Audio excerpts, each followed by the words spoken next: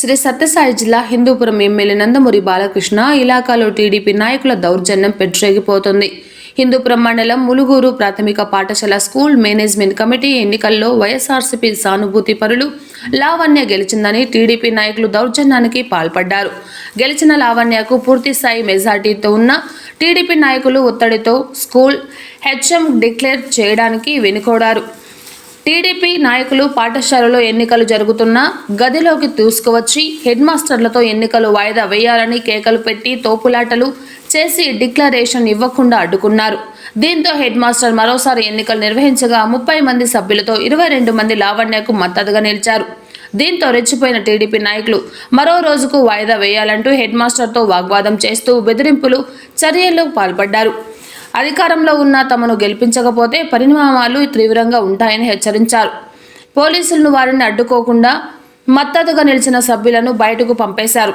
చివరికి తోపులాట మధ్య ఆ స్కూల్ హెచ్ఎం డిక్లేర్ చేయలేకపోయారు. ఇంతలో పోలీసులు సీఐ అక్కడ చేరుకొని టీడీపీ నాయకులకు మద్దతుగా వైసీపీ నాయకులను అక్కడి నుంచి పంపి రేపు ఎన్నిక పెట్టుకోండి అని చెప్పి పంపివేశారు. చివరకు టీడీపీ నాయకుల ఒత్తిడితో head master school management committee ఎన్నికలను వాయిదా వేశారు.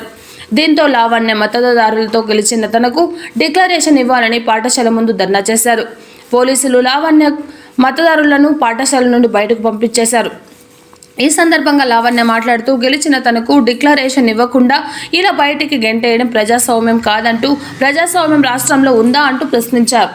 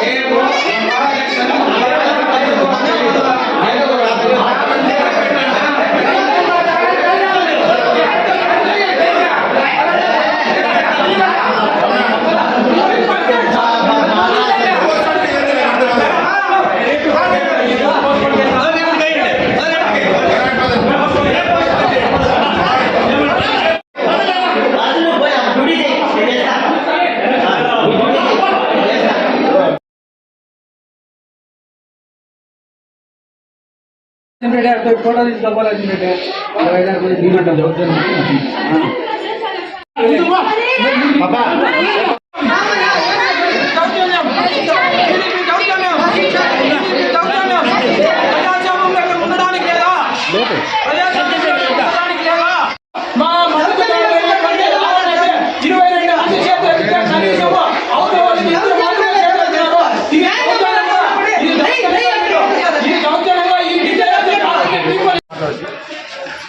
స్కూల్లో ఇక్కడ విద్యా కమిటీ ఎలక్షన్లు జరుగుతున్నాయి సార్. పేరెంట్స్ అందరినీ అనౌన్స్ కమ్మన్నారు. అందరూ హాజరైనారు.